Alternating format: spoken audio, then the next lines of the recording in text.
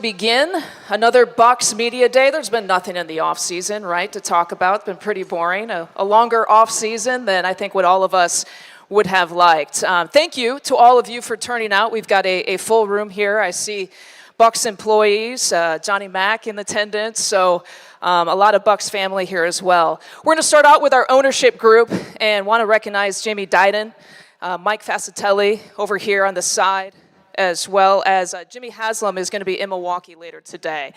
But we got Wes Edens on the hot seat here, and before I throw you to the Sharks, I think the obvious starter question, Wes, is there's so much newness, right, to this season. A new head coach, new personnel, the pickup of Damian Lillard.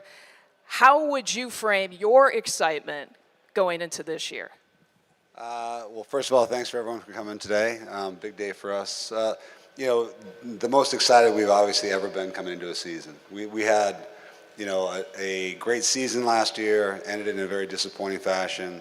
I think that people tend to underestimate the risk of doing nothing versus the risk of doing something. So we made, some changes on the coaching side, some changes obviously in the personnel side, and I feel like we're in the best position we've ever been at this point in the season. So really excited. Great answer. So what we're going to do is we're going to facilitate this as organized as we can. You guys all know the drill. There'll be microphones on either side, and when I call on you, if you could give your name and affiliation. And we'll start in the front here with Eric. Eric, name The Athletic. Wes, just starting at the kind of beginning of the offseason, you guys decided to move on from your head coach. Just kind of what went into that decision? How did you guys arrive at it? Well, it was a very hard decision because Bud is a great coach, very credentialized. We won a championship together. Won more games in the last 5 years than the other team in the league. So it's not an obvious thing to make a change at that point, but we just felt like the organization needed a new voice, and as great as Bud has been for us, we thought that it was the right time to do it. So that's really what it was. Jim? Jim Lazarski, Milwaukee Journal-Sentinel. Wes, also this summer, a new CBA was ratified. A lot of the rules coming into place are going to restrict teams like yours. Yeah. What was it like to be in the room for those part of those discussions? Obviously, I know it's a league decision, but how did you feel about this new CBA and the limits it's going to place on your ownership group and your front office going forward?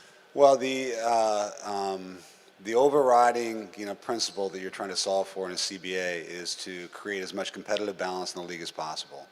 What creates the most interest in the league in the season and obviously in the playoffs is you want that competitive balance. There's been 5 different teams that have won the last 5 championships, which I think might be a record, so that's an extraordinary thing in the league. But the focus was really in the future to try and present the best possibility of everyone competing and winning. And so, the relationship with the players is the best I think it's ever been. I've been in the league now for 9 going on 10 years, so there's a lot of, I think, a view of partnership with the players that was really important, and the rules that were really put in to try and create as much competitive balance as you can. Now we're one of the highest spending teams in the league, and so it impacts us, but I'm very supportive of competition. We want to have a chance to compete and win every year, and I think that's the goal for the league. So Let's go, Steve. Steve McGargy, Associated Press. This summer, Giannis made some comments regarding holding off on signing an extension, wanted to see the commitment the Bucks have made to a championship, winning another title. Since then, obviously, you make the big trade for Damian. Just what was your response to those comments, and where do you think your relationship is with them at this point as an ownership group? Well, I think that Giannis and ownership are in exactly the same position, that we're all very focused on winning. And so if you really, his comments, which I think in the context in which they were offered, had everything to do with trying to be in the best position to compete for championships while he's an active player at the peak of his skills. And of course, we couldn't be more supportive than that. So I feel like we are 100% aligned about this, and we've done everything that we can to make the team have the best chance to compete and win.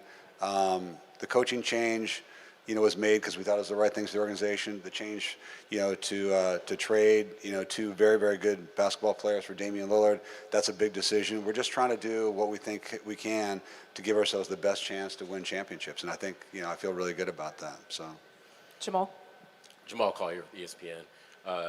Similar to that, just on Giannis's front with his contract, have you guys reopened or started discussing that extension in the aftermath kind of this trade with Giannis, or what do you think things stand sort of with his contract? Yeah, we don't comment specifically on it. Obviously, Giannis is eligible for a maximum contract extension, and he's deserving of it. I think he's the best player in the world, so we couldn't be more than happy about that. I think that we went through a similar situation a few years ago in his contract, and we got to the right place with it. And I feel like at the end of the day, he's committed to being here and committed to being a part of a winning team, and we're committed to Giannis. So we'll see how it all plays out. But Next question. Jim, you want another one? I think I saw a report that Golden State might be in the running for the 25 All-Star game. I know the organization has put in a bid for 26. Yeah. How important is that event for ownership, for Pfizer, for Milwaukee, and is that something that is important to try to land in the coming years? yeah, it's a great question. I feel like the city of Milwaukee, the state of Wisconsin, deserves an all-star game. I mean, I feel like we've built this incredible arena. Mike Fastelli, a partner over there, along with Peter Fagan and others, did an amazing job building that arena. We've added hospitality across the street. We feel like we are absolutely well positioned to get a game, and no assurances that it'll happen exactly when it'll happen, but I think it'd be a great chance to showcase this great city and the people here in Wisconsin, so we're obviously a big fan of that. Did it go to Lance, back of the room? Thank you, Lisa. Wes, I'm not a capologist, so please forgive me, but are you in the luxury tax zone? Are you willing to pay the luxury tax, and are you like in an all-in mentality, so to speak? We are absolutely in the luxury tax. I think we're one of the highest luxury tax payers in the league. So for one of the smallest markets of the league, we are one of the biggest payers of luxury tax. So I think from an economic standpoint, we can firmly say we are all in. And look, I think the windows when you have a team the quality that we have are relatively short, and we want to do everything we can to not take it for granted, because these players don't come along in this fashion every time. We've got a great organization, obviously, and between the change of the coaching staff, the changes with Damian, we feel like we've put ourselves in the best position we can. Mark. Mark Spears, ESPN. Just want to see what your thoughts are on Dame as a player and how exciting it is to bring someone like that into your organization, a top 75 player. Yeah, I mean, I'm so excited. I went to school in Oregon, and so I still root for the Trailblazers and watch a lot of their games on TV because I have a lot of friends in that neighborhood. So I've seen a lot of Damian Lillard, on TV, seen him live a couple of times. He's obviously an extraordinary basketball player, and I think and an extraordinary fit for the team that we have. And I think so. I mean, I could not be more excited to see him with a number 0 on his jersey here on opening night. And I think that it's a great opportunity for us. I think it's a great opportunity for him. He's been very, very vocal about, wanting to be in a chance to compete for a championship. He's been incredibly loyal to the city of Portland. My friends out there all love Damian Lillard, and I just couldn't be more excited on the basketball court. And off the court, he's got a fantastic reputation. I think we're all in on character on this team. I think we're blessed to have a lot of high character individuals on our team. That's one of the hallmarks of this team has been assembled. And I think Damian fits that to a T. So very, very exciting. Dario? Dario Melendez, WISN. To that point, you mentioned this earlier. How hard was it to sign off on getting a guy like Drew Holiday away? Very hard. Drew Holiday and Grayson, these are both, very, very high quality basketball players. We had a significant trade. We brought in, Drew a few years ago. We won a championship. He's a huge part of that. Huge member of the community. He and his wife Lauren are incredible, supporters of the community, great people. So it's very hard, And John Horst and the organization here, what we've learned in our time in professional sports is you hire the best possible people, you give them the best resources you can, and you hold them accountable for the results. That's the kind of way you do it in any business, and obviously that was what all came to it. And like a lot of things, it happened very slowly and then all at once. So it kind of came up at the end, and and obviously I have so much regard for Drew as a basketball player, but even more regard, if it's possible, as a human. So, it's hard to see him move, and I'm sure he'll be out there competing hard against us, this year, as will Grayson. But I think that we did what we thought was the right decision. The GM and the professional coaching staff, and we support it. So, Eric? Hey Wes, just talking about more decisions that you guys made this offseason. Obviously, you bring in Adrian Griffin. I'm curious in the lead up of getting to meet him and kind of get to know him a little bit. What did you really like about him, and how do you see his fit with this organization? Yeah, I obviously have known of Adrian for a long time. He's coached for some of the best coaching staffs in the league. He's never been a head coach, but he might well have been the most credentialized guy to not be a head coach. And we got down to a relatively small group of people that were finalists. I had a meeting with him. He came to my office in New York, and we spent some time together. And I just thought that as a coach, he's very, very accomplished, right? Different to go to be a head coach now, because he'll be the guy making those end-of-game decisions and whatnot. So that'll be a big adjustment for him and a big opportunity, right? But his energy and his passion and his commitment to winning were so strong, and I thought that he would have a great connection with the players. Being a former player himself, he played at a very high level. He's got that kind of tough mentality that we thought was a good change, and so at the end I thought it was a pretty easy decision. It seems like the big decision to move on from Bud, and then independent from that, we interviewed all these different folks, and I think he represents the league, and he represents what hard work and kind of showing up every day was. So it was I'm very, very happy with the decision, and Jim? he's undefeated right now, so it's obviously a great decision. I have one, but a quick follow on that. When did Giannis, did he come to you or John about wanting to sit with the finalists, and kind of what was your reaction to letting him get involved? Because that could be a ownership front office only decision, if you will. Yeah, I mean, it was not Giannis's decision at the end of the day, right? That's not. He's a great player, and we obviously value his input greatly.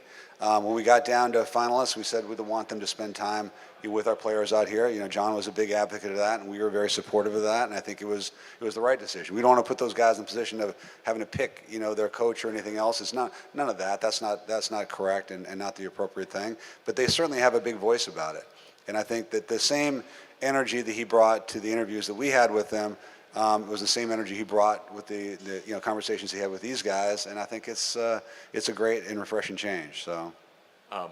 On the business side, is there any update on the relationship with Bally and Diamond and some of the broadcast stuff? And I know some other organizations have taken the step to get involved with over-the-air in their markets. It's kind of similar markets to Milwaukee, so any updates on any of that? Yeah, it's such a good question. I think that in sports, if your first 10 questions are not about media, you probably don't really understand the financials of sports, right? So the media plays a huge role of it.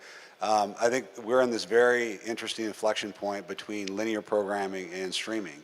And there's still a lot of unanswered questions about the economics of the over-the-air, the streaming, but you get to run your own broadcast. If you choose to do it that way, you get to connect more directly with consumers.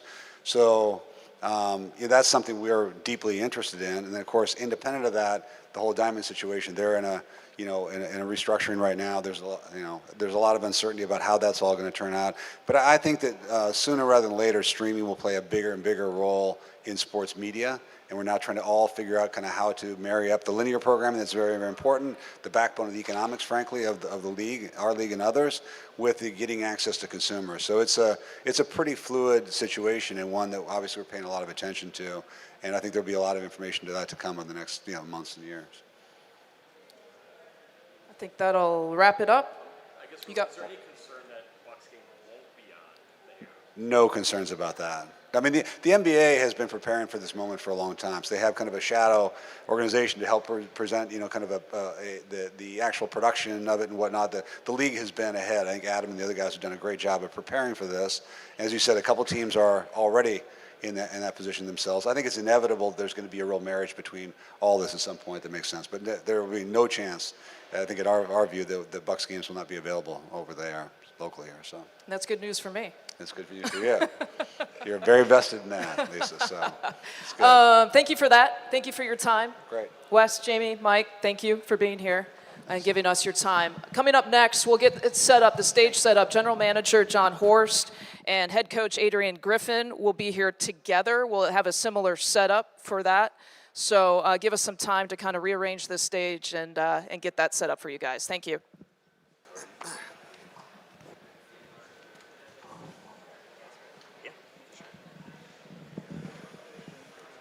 All right, time to start this part of our media day. We have General Manager John Horst and head coach Adrian Griffin, and we'll do it the same setup. I'll ask them a couple questions first and then call on people in the room to do some follow-ups. John, I'm going to ask kind of the elephant in the room question and your reaction to Giannis's offseason comments about the organization being on the same page, going for a championship in order for him to sign an extension. Yeah, thanks, Lisa. And I'll start just saying thanks to everybody for being here. It's been a long, busy, but successful offseason. You know, we started with a coaching change and hopefully a successful draft when we got a chance to speak to most of you.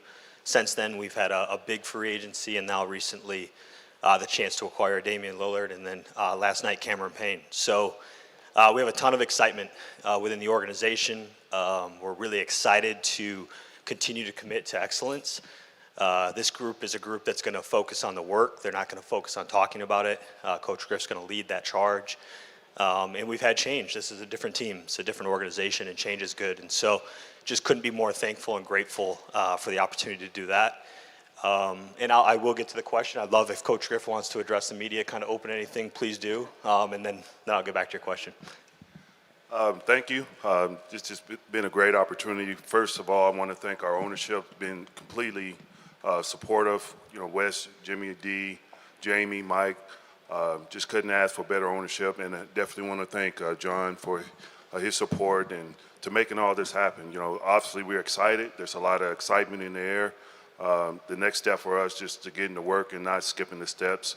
But it's been great getting to know everybody, knowing all the players during the summer. And we're just looking forward to working with you all. All right, back to the question. Yeah, Giannis's remarks, your reaction to that. Well, I think first off, you know, I love it. Like, there's a lot of people here today, and that's fun. You know, it's fun to have the Milwaukee Bucks be in the media, to have our brand and our product be covered as closely as it is. What Giannis has said and what he believes is completely aligned with what we believe and what we say, and more importantly, I think what we do. And contrary to some of the headlines, he hasn't said anything unique or different or new than what he's ever said. We're completely focused on winning. We've invested in winning at a high level, from an ownership, from Wes and Jimmy and Dee and Mike and Jamie, the financial resources, the support, the thought that goes into making big moves like we've made recently, the draft capital that can't play today, but the players that can. We are completely aligned and focused on winning at the highest level. And so none of what he said is unique or new or confrontational. It's completely aligned with who we are and what we've done and will continue to do. Now the loaded question, what does it mean to bring Dame to Milwaukee? Listen, it's unique. I think, you know, Wes and I were speaking the other day, and he had a stat. He's always got great stats. I think it's the third or fourth time in 25 plus years where a team has been able to acquire a top level player while already having one. It's incredibly hard to do. It's unique, and it's hopefully very impactful. You can't get something without giving up something in this league, and we all know and I think understand the quality of person and player that Drew Holiday is and what his family has meant to this community. We'll forever be grateful for that. In the same breath, we're really excited about this team, the change that's happening, the way that we're going to play, and the dominance, hopefully, that we play with. So it's a great opportunity for this organization. We're really excited about it. Coach Griff, the anticipation is here. You know, day number 1 of practice is tomorrow. What are the first few things that you will work to accomplish with this team? What are the first few things you will talk with this team tomorrow? I think the biggest thing is, again, there's a lot of excitement. There's a lot of expectations, and rightly so. We want to embrace those expectations. When you put a team together of this caliber, you know, expectations come along with it. So we're not going to run from it.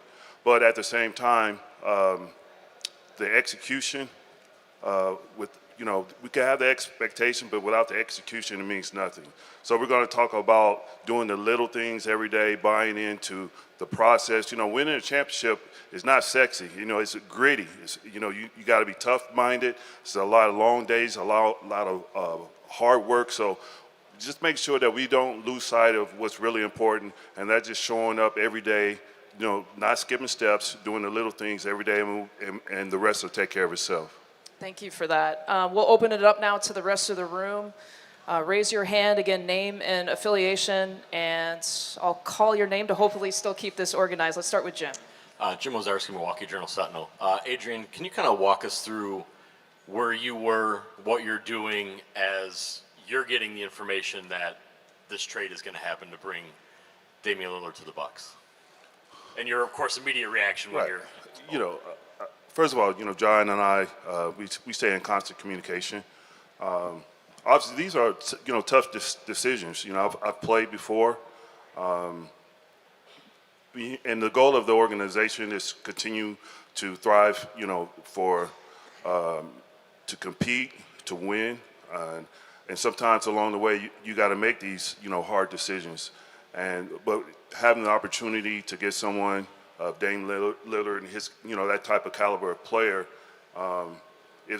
look, I've been in the league for 25 years. This doesn't happen all the time, and I knew this was going to be a great opportunity.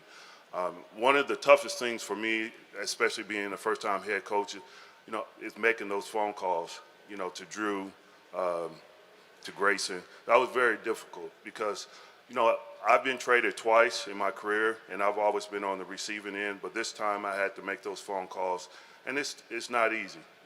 We really appreciate Drew and Grayson. It was a pleasure to get to know them. Unfortunately, I didn't get the opportunity to coach them, but we wish them the best. They're going to be great for somebody. They're too good of players. But, having the opportunity to get Dame in this building, and you could feel the excitement. But we're excited about our entire roster. I think we complement each other. We have some veteran guys. We have a good young core. So it's not necessarily about one person, but when you look at our team in totality, it really is something to get excited about. So we're happy, and again, that's the coach in me. It's about the work. We got to get to work tomorrow. We have our first training camp, and our message has kind of been about chopping wood and carrying water, doing the mundane things. Phil Jackson used to talk about making the mundane sacred, and I think that's so important when you're chasing a championship. Can you do the mundane things every single day and not get bored with the process? So again, that's the coach in me, but I am excited in the inside. We've got two Steves on deck. We're going to start right over here. Steve Ashburner, NBA.com. John, this is a question about timelines. It's not common for a first-year head coach to be dropped into a situation with a team that's won as often as you guys have had recently, and it's championship window. You're trying to win a second championship. What gives you the confidence that whatever the outcome is in the spring, you won't look back on that and say, Adrian didn't have the experience, or it was too much newness with the players? Yeah, great question, Steve. I'm really thankful to work with Wes and Jimmy and our ownership group and Peter Fagan. We're not focused on the common. We're not focused on the norm. We're focused on being rigorous, being intentional, studying the hell out of things, and making the best decisions for the best reasons that we can each and every step of the way. Doesn't always work. Sometimes it does, sometimes it doesn't. The confidence it gives us when we look back on that is that we have a process and we have an agenda and a motive in how we do things. And if it doesn't work, we can track it back and we can figure out where it doesn't work and why it didn't work and hopefully get better going forward. And so we are completely convicted in the decisions we've made today. Again, that doesn't mean that they're all going to work. Hopefully they will. We believe they will. That's why we've invested in them. If they don't, we'll be able to figure it out and figure out how to grow and go forward from there. So we've been pretty aggressive. I don't think we're risk adverse in this organization. I think we take really calculated, smart risks. And obviously, the coach is sitting here, and we're beyond confident in his abilities and all the experiences that he has. And the roster decisions are no different. Yeah, if I could just follow up with Adrian. What makes you believe that you can sort of transition quickly and be the guy that your players look to, even though this is your first time in this role? I think first, we have a great supporting staff. John and I, again, our communication is excellent. But I've been in the NBA for 25 years. You're talking to a guy that went undrafted. I had to fight and claw. Like, pressure is good. It makes you who you are. Now, you got to embrace these opportunities. These opportunities don't come along I've always been a guy who had to fight for his career. So this is not, I'm relishing in the opportunity because you get two of the greatest players to play this game. So I look at it as an opportunity. There's no time to look at it any other way. So these are fun times. I can't wait to get started in training camp. I have an awesome staff. We've been working hard and diligently all summer. And again, it's not about one person. I'm smart enough to know that I don't know all the answers, but collectively and together, the answer will be here. So we just need everybody, pulling in the right direction. And again, my job is just to control the message and our message to the players that we're stronger together. We got a lot of individual talent, and it doesn't take rocket science for coaches to put our guys in a position on the court to succeed. And then, we let the hard work talk for itself. Steve, right here. Steve McGarvey, Associated Press. For Adrian, obviously adding Damian, one of the great offensive players in the game, but losing Giroux, who have been such a focal point of this team's defense the last few years. How do y'all make sure you're still playing championship caliber perimeter defense without him? With the guys you have coming back? Well, defense is 5 men on defense, 5 men on offense. It's a team sport, and I'm a defensive coach by heart, but with Giannis and Dame, I'm starting to go to the dark side on offense. But defense, you hear it all the time. You win championships with defense, and you don't necessarily have to be a great one-on-one defender, but you have to be a great team defender. I've had players in the past that were necessarily not great guarding the ball one-on-one, but they knew where to help. My job as a defender when I played for 9 years, I always had the toughest assignment. But I always knew that Sagana's job was going to be in the paint, so I just knew where my help, and that's very important. Knowing personnel, does a guy like to drive right or left? Is he a shooter? Is he a driver? I don't know, these are basic things, but knowledge is power, but knowledge is also quickness. And if I know that you like to drive right, I can anticipate. So we're just gonna, film.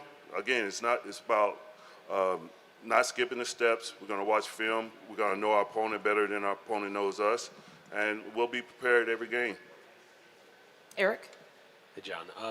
Can you just speak to the difficulty of trading Drew and kind of what that relationship meant to you, and just like the idea that this was one of the guys that got you guys over the finish line in 2021? Yeah, incredibly difficult, and I think some of it's been well chronicled so far, and I think the care in which we tried to handle this transaction and the buildup of this transaction speaks volumes to the difficulty of it. But that's my job, and that's the business that we live in and the business that the players play in. Our goal is to constantly try to push, not to be comfortable, not to set aside our emotions and our feelings, but to really sacrifice some of those things to constantly better ourselves and have the best chance we can to win. And so it'll either be right or it'll be wrong. It was incredibly hard, but I believe that we did it the best of our abilities to make it as smooth as possible, and we'll see how it turns out. I know you mentioned you are completely aligned with Giannis and kind of his comments, but do you feel like a trade like this reassures him of that kind of pursuit and how dogged you guys are going to be in that pursuit? Yeah, I mean, you guys will get to talk to him in a minute. You can ask him. I'm not going to speak for him. From our perspective, and what I'm most grateful for is that we have continued to do things that are what's right for us as an organization. And Giannis is a massive part of our organization. That can't be understated or overstated. But we have made these decisions because we believe it's what's best for the Milwaukee Bucks and for this franchise now and going forward. And we're going to continue to do that each and every day, and we work hard at that, and we study that. And so how it makes him feel or doesn't make him feel, I can't speak to that. I do know what matters to him. I know what matters to all of our players. We talk a lot, open lines of communication. But that's not the reason why we do these things. We do it because of what's best for us. Jack? Jack Maloney, CBS Sports. Coach, Damian's obviously one of the best pick-and-roll guys in the league. It's pretty easy to envision that partnership with Giannis. How significant a part of the offense do you view that being, and what sort of impact do you think it can have? Thank you for asking that question. Actually, I want to first just make this important comment. When we got Dame, we also got a high character person. You know, a lot of times we talked about his greatness on the court, but he just, you know, off the court, he just as elite as it gets, you know. And so we're just fortunate. You win with high character people, first and foremost. And then on the court, again, it's just about putting them in a position to succeed in the position on the court so they can showcase their talent. When you have elite players, you know, our staff and I, myself, we've been working very hard about, you know, where do we want to position them on the court. But again, it's their talent. You know, that we have special talent on this team, and not just Giannis and Dame. You know, the entire team. You know, it's easy to forget about Chris and Brooke and all those guys. You know, our younger guys. They're going to contribute. It's going to be a total team thing. So again, my message to our players is that we're stronger together. You know, we have a lot of individual talent, and then it's our job, you know, to come together, stay focused on the task at hand. It's going to take a lot of, you know, unselfishness of our team, but again, that's where the character comes in, and everyone is totally bought in. Even, you know, this summer it was just a lot of excitement, and obviously now, you know, when I walk in the gym, you can hear the balls bouncing. You know, everybody's ready to get to work, so it's going to be great times. We've got time for two more. Vince, you've been patient. Go ahead. Hey, good. Congratulations. Thank you. This franchise has had a lot of success over the last 5-6 years. Most games won in the league, won a championship. How do you come in and want to toe the line between the continuity of the franchise plus putting your own stamp on this? That's great. Good to see you too, Vince. We go way back, Chicago days. You know, it comes down to three areas. One, we learn from the past, right? And John will tell you, when I took over the job, I was not trying to uproot and start from scratch. We've already, you know, the foundation was strong. You know, so I'm fortunate to walk into a situation where the foundation was already set. Now it's just, you know, how can we build upon it? You know, how can we make it better? You know, you're always thinking progress and forward thinking. And then we got to prepare for the future. You know, we talk about April, May, and June, what it's going to take to position ourselves there. But the most important part is we got to produce in the present, right? You can't look in the back, you know, in the past, and you can't look too far in the future. We got to stay locked in with what's in front of us. Obviously, like I said, we have a great staff. The players are totally bought in. You know, this entire organization is aligned. So, and we're driven by the process. You know, that's the most important thing. And I know I'll be sounding like a broken record to the players, but it is. It's one step at a time, especially when you're chasing something special. You know, just being around this league so long, I know it's easy to get distracted. And anytime we see a player kind of veer off, you know, we got to just kind of pull them back in line and focus on the task in hand that was right in front of us. We got our final question with Ben. Hey, Adrian, Ben Steele, Milwaukee How you Journal doing, Sentinel. This is a similar type of question, but as a rookie head coach, how do you go about cultivating relationships with veteran guys like, you know, Chris and Brooke, who've been around the league for so long? I think a lot of my coaching at times, you know, just fortunate to have my playing career, and you know, I remember how it is sitting in that seat, and how important it is to have a relationship with your coach, and having a coach that believes in you. And I tell my staff all the time, it's important that we build strong relationship with our players, not to just be their friend, but so we can coach them hard. And when we coach them hard and you have that relationship intact, they know it's coming from a good place, right? So that, you know, resentment is not bred from, you know, us giving them feedback, but they know, like, okay, coach really cares about me. And I always tell, no matter, you know, you can ask my kids, I say there's always a grain of truth in feedback. You know, you may not like it at times, but I remember as a player, coaches would get on me, but at night I go back home, look in the mirror, and I say, Coach is right. And then you come back, you know, one of our C's, we have our 5 C's as far as our character in the building, and one of those C's is coachable. You know, we always say ability plus coachability will determine how far we go. And all of our guys have been extremely coachable. So we're looking forward to having a great, you know, first day of camp tomorrow. And again, it's an honor to be here.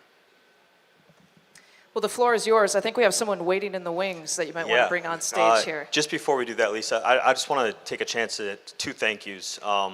One to, I think the Milwaukee fans, the people who work in the organization, the welcome event we were able to do for Dame and his family and his group on Saturday was incredible. And I just thank you for the turnout and the energy and the excitement and all the efforts that went into that.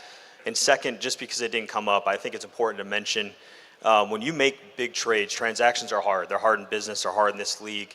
It takes partnership. And Portland Trailblazers and their ownership and their executive, Joe Cronin, the Phoenix Suns and their executives and their ownership, and the Milwaukee Bucks, to be able to work together to execute a trade in the best of our abilities in the best way possible, confidentially and quietly and hopefully humanely as possible, is really hard. And I just think a shout out needs to go to Portland and their executives. And then Aaron Goodwin, Damian Lillard's agent, was an incredible partner. And these things don't happen unless everyone can be aligned and work together. So it's important to just acknowledge that. With that, I would love for Damian Lillard to step up here and introduce him to the Milwaukee Bucks organization. Coach, thank you.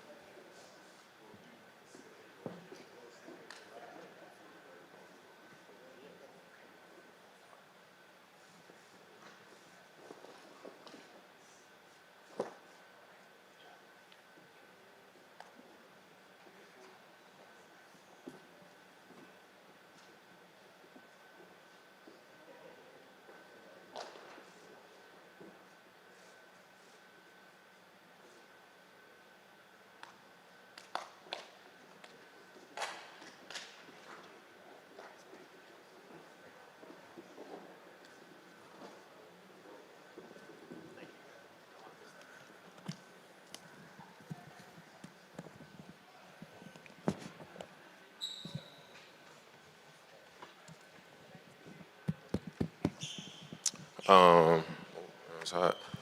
First of all, I want to thank Wes, thank John, Milt, Griff. I appreciate you guys making this happen. Obviously, I've spent my entire career in Portland, 11 years, a long time. So I'm extremely thankful for that organization, that city, the fans, for giving me the kind of experience that I had. And I don't think it's a secret how much I want to win. And that's how we got here today. And I think they want to win equally as bad as I do. And, I couldn't be more excited. I couldn't be more thankful for this opportunity to be a part of this organization, to play alongside the best player in the league. It's going to be fun. And the hospitality that they showed, my family, we touched down to a parade, my first time getting traded. So you don't know what to expect, so to walk in to something like that was special. It was a great welcoming, and, it's something that I really appreciated. And it only made me more excited to be here and more excited to get to work. So, I'm thankful. Yeah, about 5,000 attended. You got a good taste of hospitality here in Milwaukee in the state of Wisconsin. Let's go with Eric with the first question. Hey, Damian. Eric Name, The Athletic. Nice to meet you. Welcome to Milwaukee. I'm curious, just how have you processed the last 5 days? Like, just the idea of, you mentioned getting traded for the first time, now being in this situation. Just, can you take us through the emotions of all of that? Yeah, it was definitely a different experience. I was just kind of sitting there in my man cave. I didn't really know what was going to happen. I started to think like, man, it might get to training camp and I might just be sitting and waiting, And then I got that call from my agent. It was like, man, you getting traded to Milwaukee. And I had heard so many different things that I was like, am I really getting traded? And he was like, yeah, they traded you. And I could tell in the seriousness in his voice that it was real. And he was like, I'll let you sit with it for a while. I'll call you back. I'm going to settle some things and then we'll talk about it. And after we got off the phone, I sat there and I was like, I'm really moving on. And it became reality for me. And I kind of just started to think like my entire family is here. how am I gonna pack everything up? I started to panic a little bit, like it's first time, and then I wanted to let my family know. So I started walking around the house and like nobody was there. Everybody was out doing something. I'm calling people, nobody picking up the phone.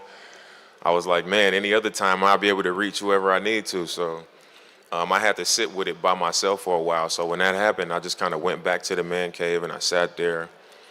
And then that was when the calls started coming in, my friends, family members, like, is it real? Is it true? And then I started to think about the team, So it was like, who did I get traded for? Who's going to be there? And then I looked it up and, I saw what kind of team I was coming to be a part of. And then that was when the excitement kicked in, just recognizing the opportunity that it is and just knowing how much I want to win and going into every season being optimistic and thinking that we got a chance to get it done, and then coming into this situation and knowing that you got an opportunity to do it, the excitement definitely kicked in when I sat with it for a little bit. Jim? Jim Lazarski, Milwaukee Journal-Sentinel. Welcome, Dave. When and why did Milwaukee, I guess, pop up for you as a potential place to go? Like, when did you maybe think about that, and why did that become a place that you were like, okay, I'd be comfortable going there? It was, I would say, maybe 2 weeks ago. It was just all this talk and, all of these things. And there was a lot of things said that didn't come from me. I hadn't spoke on the situation a whole lot. But as we got into it, my agent called me and he was just like, what about Milwaukee? And obviously Giannis, is public record that I've always mentioned. If I had to team up with one person, it would be him. So when we talked about it, I was like, I would definitely be interested in that, obviously.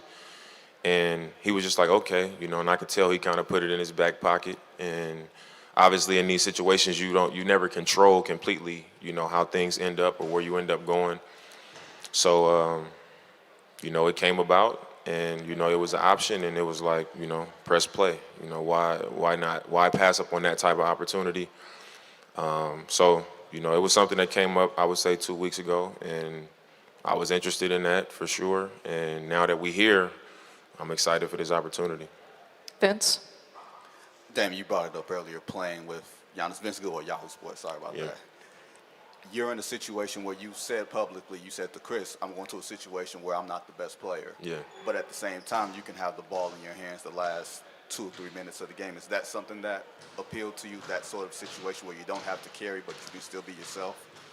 Yeah, I mean, I'm always be myself, and being myself doesn't always mean that, I got to be out front or everything has to be about me. I think because of who I am as a person, the way that I prepare myself, the way that I approach the game, I'm going to find a way to have an impact. And like I said, playing with somebody like Giannis, the kind of attention that he's going to get is only going to make the game easier and more simple for me. And I think because of the way that I impose myself when I do play and how I attack games, he's going to have the kind of opportunity that I think he hasn't had as well. So, I mean, the best thing I can tell you is how exciting it's going to be, how excited I am, and that I'm prepared for it. I don't go into any situation expecting to, for things to be about me. So I know the player that he is, I know the player that I am, and I know how to make my presence felt regardless of the role.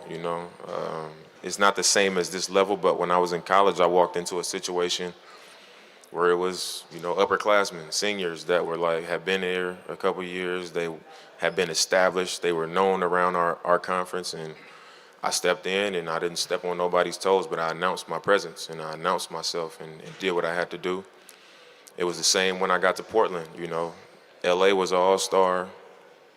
West was a vocal presence. Batum was the same, and I stepped in and announced my presence, and that was while understanding that I'm playing with LaMarcus Aldridge, but he also needs me to be who I am, for us to be our full selves and our best selves as a team. So I think this is similar to that, except I'm older. My understanding of it is even better. And I think I'm the best version of myself as a player as well. So I think we'll complement each other really well. And, I think he's the kind of guy that he's not going into it worried about being the man or anything like that either. So I think it'll work out perfectly. As we continue, just a reminder, name and affiliation before you ask your question. Jack, go ahead. How's it going, Damian? Jack Maloney, CBS Sports. A little bit specifically on that partnership with Giannis, you're one of the best pick and roll guys in the league. It's pretty easy to envision that sort of partnership. Have you thought about that possibility and just what sort of impact you two can have specifically on the pick and roll?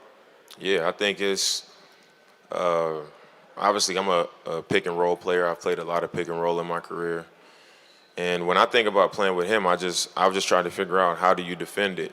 I haven't played against a lot of coverages where teams aren't at the level of the screen, whether it's showing, trapping, or just being there to where I got to get a ball up. And I can't imagine them wanting him to have the ball, at the free throw line coming downhill with an advantage. And Chris on the wing and Brooke, you got really good players out there. So I've definitely thought about it, and I just don't know how you handle that. And I think it's going to be something that teams have to put up with and try to figure out. But I'm excited. I think there's going to be a lot of opportunity for me out there because of who he is and vice versa. Chris. Chris Haynes, TNT, NBA TV, Bleacher.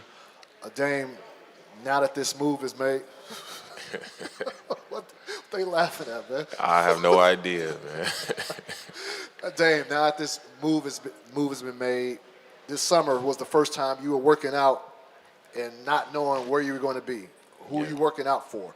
How were you able to prepare and because years prior, you're working out with a purpose because you know the system.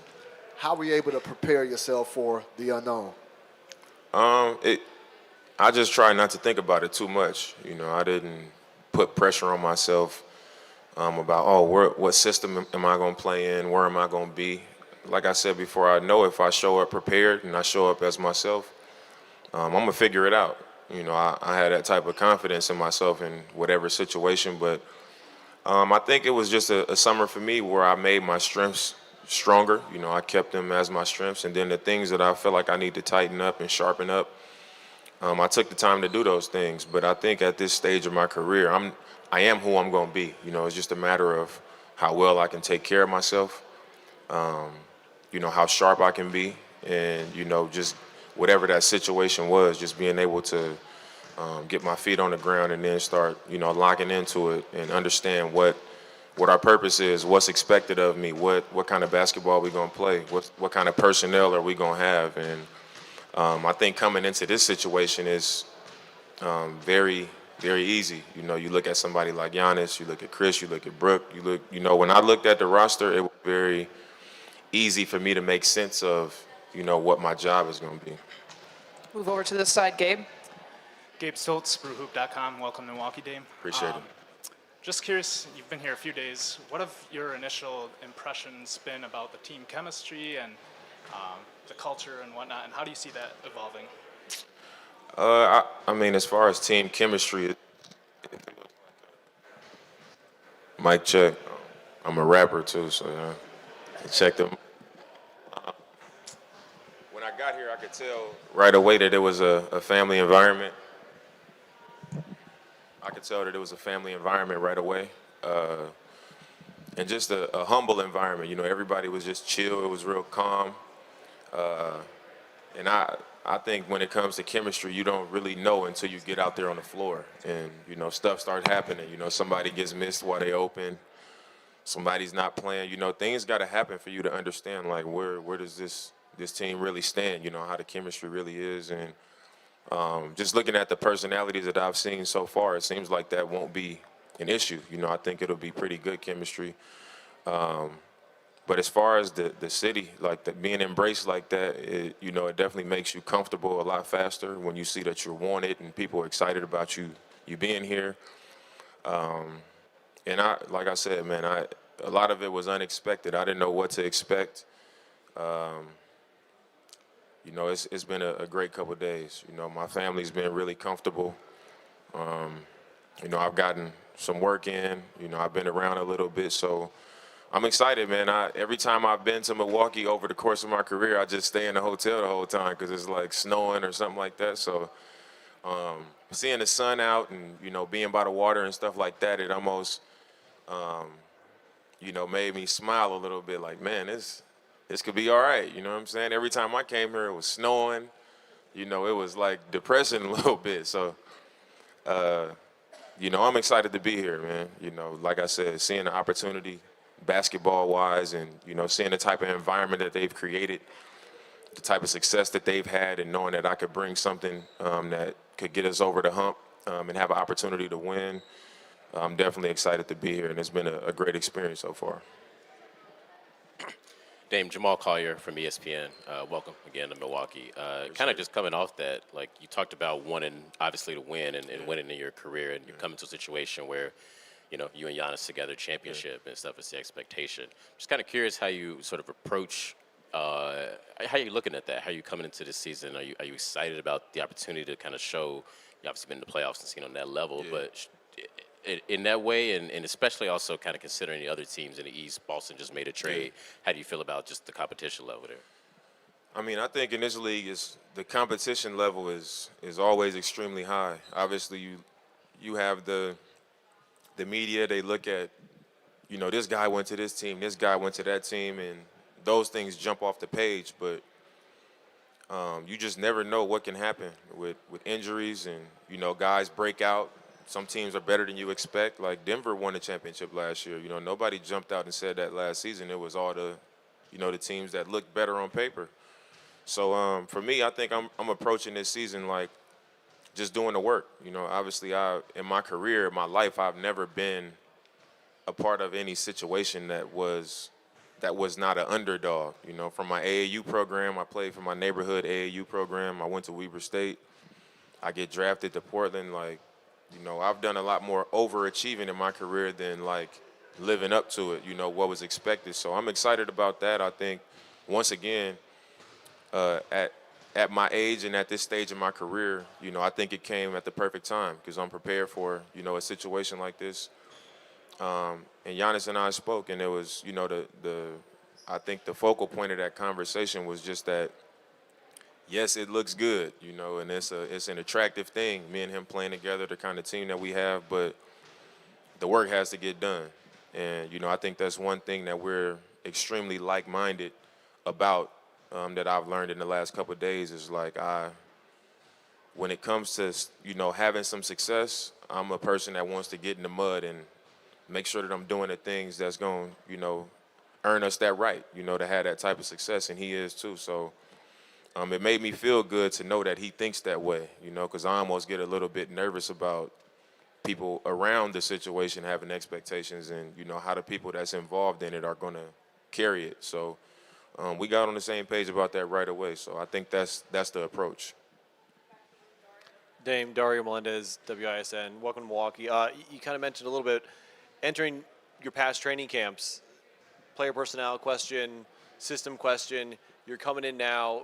You're playing with a bona fide superstar for the first time really in your career. No offense to CJ LaMarcus, but that's got to be refreshing, right? Yeah, it is. I mean, I know people always say I'm excited, but I'm really excited, Like my whole career has been off the dribble threes, pick and roll, pull up threes, contested, double team, trapped. And I'm just curious to see how that can be possible with a player as dominant as he is. I'm excited. I'm excited for the opportunity to play with him. I'm excited for the opportunity to be freed up and to be able to, have more space and opportunity to play.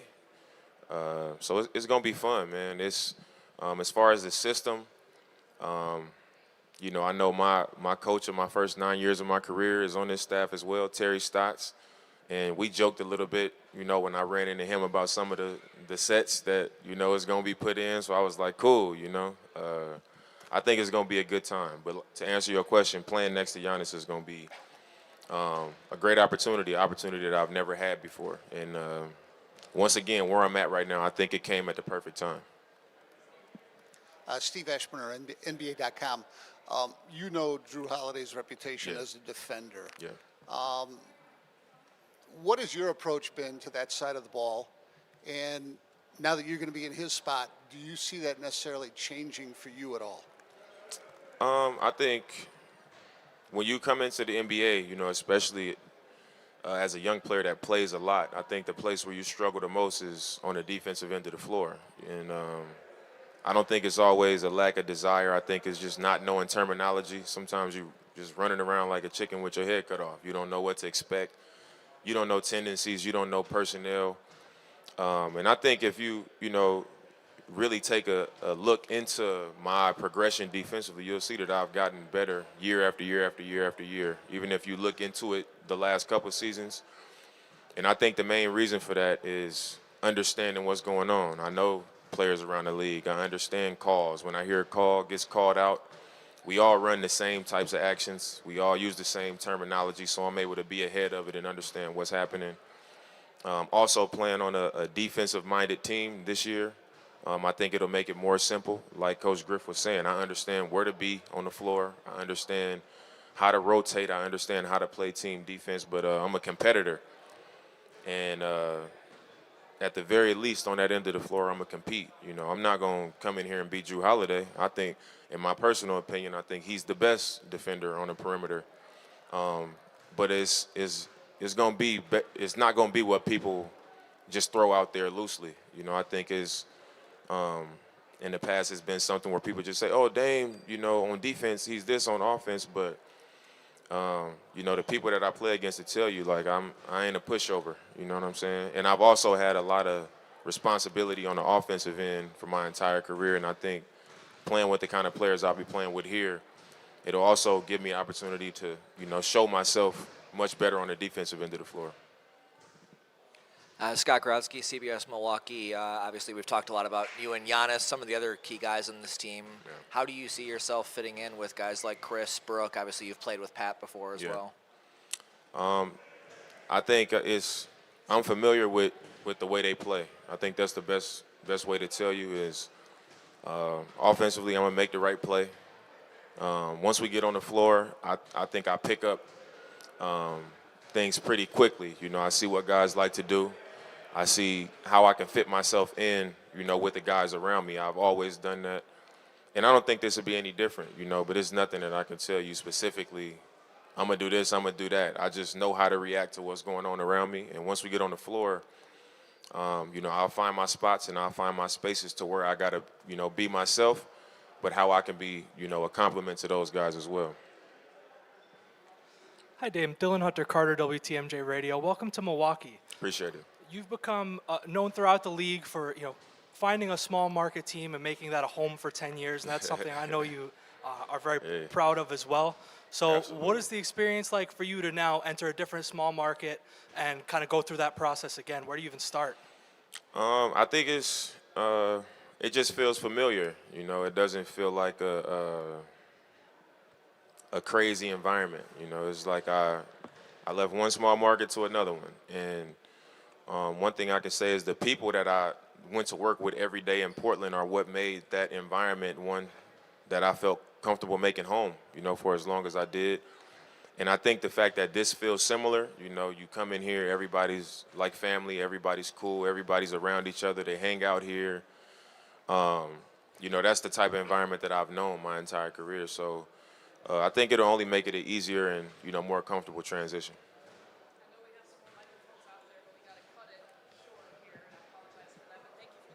Thank you. We will see some snow, just so you know. Oh, I know. It will be coming, but there's lots of fun things you can do. Thank you. Welcome to Milwaukee. Go out this way. I'm good. Good to see you. Just You're going to go up here. I'll ask you the first question. How you guys doing? Good? Good. How was that brat? It was good. It was good. Good, yeah, I enjoyed it. Good. And ketchup was your choice? Yeah, ketchup. They told me to put some mustard the next time, but so next time I have some, I'm going to put some mustard, but it was good with ketchup. We got to hear Dame for the first time in front of the media, and he talked about a conversation that you guys had that I'd like you to touch on, about it's great, you know, on the headlines and on paper, you guys being on the same team, but you still got to put in the work. Yeah. I want to hear that from your perspective. No, it's obviously having a guy like Dame on the team, it's It's unbelievable. Knows how to play the game, plays the game in a high level, built from the same cloth, wants to win, is extremely hungry. I've been here 10 years and we've been doing things quietly. We kind of been moving under the radar, and now, with this kind of move, it brings a lot of, attention to the team, and there's a lot of hype around the team, and obviously I believe, and I think people believe that we are one of the best teams in the East. But at the end of the day, it's not about what we believe or what people believe. It's about what we do. So going to the season, we gotta build good habits. We gotta be on the same page. We gotta lead this team. But we gotta play the game. That's why it's a game. We're not gonna attack the game. We're gonna play the game this year, but we gotta stay locked in. Obviously, as I said, there's gonna be so much hype around us, and a lot of more TV games, a lot of conversation about it. But at the end of the day, you don't win a game, or you don't win the championship by making a move and joining the Milwaukee Bucks. You win the championship when you're the last team standing. So at the end of the day, we have a great team, a guy that can play, great guys. Everybody can play. Brook back, Chris is healthy, Bobby, all the guys that can go for days. But we have to play. We have to play the game. We have to be on the same page. We got to get better from day one. Got to be focused in training camp, and then kind of build habits from game 1 to game 10 to game 50 to game 80. And hopefully when we get to the playoffs, we exactly where we want to be, and we give ourselves a chance to win a championship. But not to talk too much, we got to play the game. We cannot talk the game. We'll open it up to questions now in the room. Again, name and affiliation before your question. Let's start with Jim. Jim Lazarski, Milwaukee Journal-Sentinel. Good to see you, Giannis. I realize the tenor of the conversation this summer are things you have said before about championships, commitment to winning. Why was it important for you this summer to, I guess, reiterate those messages about wanting to see a commitment to sign an extension either now or in the future? It's something that I say every year. I think I've been saying that is from the moment I became leader of this team. I've been saying the same thing. At the end of the day, I want to win games. I'm not comfortable in any shape or form. I want to play. I want to win. I want to win championship. I want to be the last team standing. And at the end of the day, if I'm going to sacrifice, time away from my family, time that I'm on the court, time in the film session, I need everybody to be on the same page, and I'm not just talking about my teammates. I'm talking about, the whole organization, everybody on the same page. At the end of the day, we are here to win games. We are judged in winning games, right? So I want to win. I always wanted to win. I still want to win. And it's always going to be like that, until I retire. It's always, I want to be a part of a winning team. And I feel I hope everybody feels that way. I do feel that way. And, from the team, I definitely see in the last couple of years, I see the commitment from the team that they're doing whatever they can to make this team a championship level team. So I'm happy. I'm happy to be able to wake up every single day and come to work and know that I have a chance to win a championship instead of just coming here and know that there's no way we're going to make the playoffs. So we are going to be one of the worst teams in the NBA. I don't like that feeling. I like having kind of looking forward on something that's bigger than me, greater than me, and every day that I wake up and every day that I'm going to wake up moving forward, that I'm going to be with the team, I want to feel like I walk in here and I have a chance to win a championship. So it was this was a broader comment for you. It wasn't like there were people or aspects that you felt weren't living up to the commitment. No. It's the same, Jim. It's the same thing I say every year.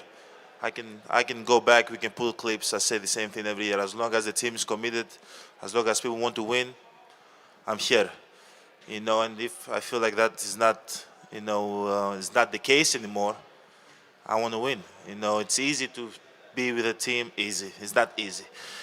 It's easy to just kind of get comfortable in a team and be here 15 years, 20 years, and just make a living and feel good and feel comfortable and the city loves you. No.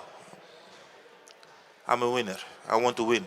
I want to win. And as long as I can, as long as my legs can go, as long as I feel good, as long as I can lead this team, I want to keep on, being in a place that I can win. Eric? Eric Name, The Athletic. Hey, Giannis. I guess just for you then, speaking to that, does a move like this make you feel more reassured? Like, does trading for another top 75 type player make you feel better about that commitment? Yeah, obviously, big trade. Having Dame here is definitely we add on levels to our team, and we, as you said, top 75. One of those guys that can score 60, 70 in any given night, All NBA, All Star, MVP caliber player. But at the end of the day, like, Drew was a big part of who we were, and even with Drew, we had the chance to win, But I still understand, like, now we have Dame on the team, and Dame is a great player, and I'm looking forward to play with him. And he's hungry, as I said. He's out there. He's hungry. He wants to win his first championship. So I'm excited that he's on the team, and definitely I feel like the team have showed, like, they've showed that they're committed to win a championship. So I'm happy. Let's go, Steve. Steve McGarvey, Associated Press. You say they've shown their commitment. At this point, I know in the reports this summer you had said you would wait till next summer to decide on whether to sign an extension. Even then you weren't sure. At this point, has that changed, or what's your intent right now? Obviously, as I said in I don't know where I said the article. I don't remember where I said it, but I said, like, it did not make sense to sign a contract right now, like, because money is not important. A lot of fucking money is important. So I'm going to sign it next year. But no, at the end of the day, again, it doesn't make sense. It does not make sense for me to sign it right now. I got to, always look what's the best for me and my family and for my situation. But at the end of the day, like, I want to be a Milwaukee Buck for the rest of my career, as long as we are winning. It's simple as that. Like, what do you expect me to say? To be the Milwaukee Buck and be a loser? That's never going to come out of my mouth. But as I said, the commitment for me for the team it's there. But this year, it did not make sense. Anyway, any place you put it, that doesn't make sense for me to sign this year. Hopefully, I can have an offer, I have a good season, and the team have a good season. We win a championship, and everybody's happy, and everybody is being taken care of next year, and an offer is there on the table. And hopefully, if there's an offer there on the table, maybe I can take it. Jamal? Jamal Collier from ESPN. How you doing, Giannis? I want to ask you about your thoughts about your coach, Adrian Griffin, and what has your relationship been like with him this summer, getting to know him? Kind of what just are your general thoughts about him? How excited are you for him to be the coach? I'm very excited. I know he's extremely happy to be a Milwaukee Buck, extremely happy to coach this team, a great opportunity for coach. So far, I've had a great relationship with him. He's always checking in on me. In any shape or form, he comes and touches me, talks to me, texts me, calls me. It makes me feel, puts me in a good place. Sometimes you need, like, to have people around like that can bring the best out of you as a person, but also as a player, because they really care about you. So you go out there and you play, you give the best for them. But again, I think this is a great opportunity for Coach Griff, first-year coach. I know he's going to give everything he has, and we are here to kind of follow his lead and do whatever it takes to help this team and help him be great and help us win a championship. I'm excited to be coached by him, and as I said, so far it's been great.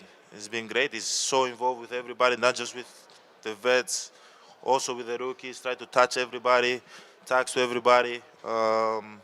It's great so far. Let's go, Lily in the back. Lily Zhao, Fox 6 Milwaukee. Giannis, just how different is this season going to be without Drew, just not only on the court, but just your relationship with him, his family, and obviously his leadership in the locker room? Yeah, it's going to be a lot different. We missed a great player, but most important, a great human being. His energy was contagious. Like he was always positive, always happy. Whenever you came around him, you always felt good. It was a guy that you always felt great to go to war with. Close. I was very close with his family. My family was close with his family. So we're definitely gonna miss them. But at the end of the day, like everything that Drew did here on the team, 3 years, it's never gonna be replaced. No matter what happens, no matter who comes, it's never gonna be replaced. He's always gonna be a champion forever. He's always gonna be one of my best friends, one of the best teammates, the best human being I've ever met and ever played with. I wish him nothing but the best. I think the city of Milwaukee, the Bucks, the organization, we all love him. We thank him for everything that he's done. Wish him the best in his journey with the Boston Celtics. Not against us though, against the rest of the league. But at the end of the day, he's a guy that even in our community thrived. He did so many things in the community. It's a guy that's definitely going to be missed. And me, from the bottom of my heart, I love that guy. So we're not the Milwaukee Bucks. We're not champions without that guy. And again, I wish him the best. Chris. Chris Haynes, TNT, NBA TV Bleacher. Giannis, you're not a guy who goes around working out with other star players, fraternizing, where you don't click up with a lot of players from around the league. But I know you and Dame had a relationship over these years, and you guys always talked and stayed in communication. What was it about him that were able to draw you guys together just on a relationship basis before even this happened? I feel like we are just the same people, just different size. You know, he plays with a chip on his shoulder. He plays to win. He's built from the same cloth. How can I say? But like whenever I saw him, I admired his game. I loved how he plays his game. It's so effortless. Anytime I see him in the All-Star game, like that's the most of the time that I, kind of see him. We haven't worked out together or anything, or hang out or go to dinners and stuff, but I always see him in the All-Star game with his family. And it's a guy like one of the best in the league, one of the best point guards in the league, probably if not top one, top two shooters in the league. Incredible. And it's a guy that you always, if you had the chance to play with, you will always love to play with. But I never imagined that he's going to be here in Milwaukee and he's going to be playing with the team this year. I'm excited for him. I'm happy for him. And hopefully we can have a great season. We can both stay healthy and go do what we do. Jack? Hey, Giannis. Jack Maloney, CBS Sports. Damian's obviously one of the best pick-and-roll guys in the league.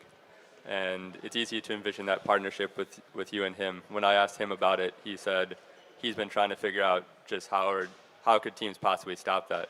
Just curious, have you thought about those possibilities and what sort of impact you can have as a pick-and-roll partnership?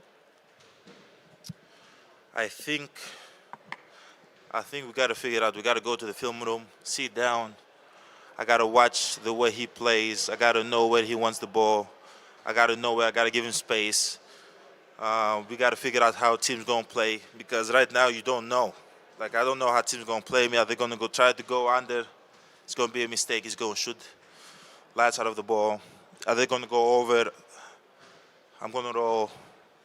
Are they going to try to make him shoot the floor? Like, you don't know. You got to, like, kind of from training camp, kind of feel what teams are going to do. And hopefully as we move on forward, we figure out, our chemistry becomes better and better and better. But at the end of the day, we got to get in the film room. I got to understand, like, everything he does. I got to know him better than he know himself. Like, I got to know the spots that I got to give him space. I got to know the spot that I got to go, set it, roll. Or set it and pop. Or sometimes, like, he has to understand when I want the ball, or when I get the rebound, he got to run with me. Like, we got to watch film together, because we have to expedite, our chemistry. We cannot just wait to play in training camp and then play in the first game of the preseason game and then we figure things out. We got to get in the film room and try to talk with one another and see how can we click, how can our games come together. But at the end of the day, I know that we're both willing to kind of be ourselves and kind of let the other guy be himself because I need Dame to be Dame, you know, and I think he needs me to be me. But at the end of the day, like we have a guy that can read the pick and roll, can shoot behind the pick and roll, can make the right pass. So I'm excited to see how that's gonna work. It's gonna be fun for me. I think like it's gonna be a lot of open, you know, looks for me, which in a couple of years now I haven't had. And it's going to be, I think it's going to be some open looks for him. So it's going to be exciting to see how we can work together, and not just me and him, the whole team. Like the whole team, we got to work together and figure out how can we get our teammates involved and put them in the right position to be successful. But at the end of the day, we got to like study the game. We got to study the game because right now, like in Portland, the way they played, it was totally different. The way I've learned how to play is totally different. You know, I know how to play with Chris. I can like close my eyes and play with Chris all day, but this is totally different. Now, you know, players come together, guys got to take a step back, guys got to sacrifice some stuff, guys got to play within their roles. So that doesn't happen if we don't watch film. We got to watch as much film as we can, and hopefully when the game starts, we exactly where we want to be. We've got our last question, far back right. It's Tony. Tony Cartagena, WTMJ, ESPN Milwaukee. So often throughout an NBA offseason, you hear, whether it's nationally or online, no one wants to come to Milwaukee. Obviously, you guys have done a great job with free agents. You just landed Dame in the trade. So I guess from your perspective, 10 years here, what about this city and what about this franchise is that outside are missing out on, and what kind of makes this city something you've been committed to for as long as you have been? For me, it's very different for everybody. It depends what you're looking for. You know, like if you're looking to win and you're looking to come to an organization that it's all about winning, a culture that we built here is family-oriented. You know, everybody comes here to get better. We have great training staff, great coaching staff, great front office. I think we have great leaders within the team that play the right way. We're not about the extra stuff. We just come here, do our job, and go back home to our kids. You know, it's a great city. It's a city that allows you to be locked in basketball. It doesn't have a lot of distractions. And that kind of helps me excel in my career and do what I do in a high level. But it depends, like, for me personally, Milwaukee is a great city. You know, OKC is a great city. Utah is a great city. Denver is a great city. You know, like those cities for me is great, where I can raise my family, kind of normal, and go out there and do my job in the best of my ability. But some people looking for other stuff. You know, they want, I don't know how can I say, you know, they want the fame with it. They want the attention. They want the, you know, Hollywood life or whatever it's. They want the palm trees. They want the ocean. You know, they want the jet skis or whatever the case might be. But like, you know, if you really want to win and you really want to do it the right way, you know, come in, clock your hours in, and go back home. Milwaukee is a great city for you, man. And I'm happy that the team was able to land guys like Drew Holiday, and even Brook Lopez, even Chris coming back, and a guy like Damian Lillard. Triple zeros on the clock, Giannis. Your time is done. Thank you, guys.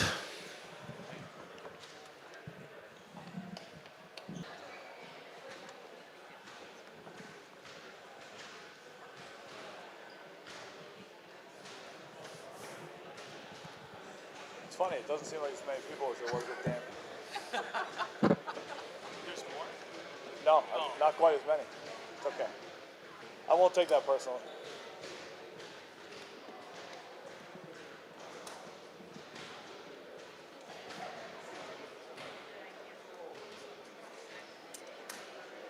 You got your photos, everything, you're all set?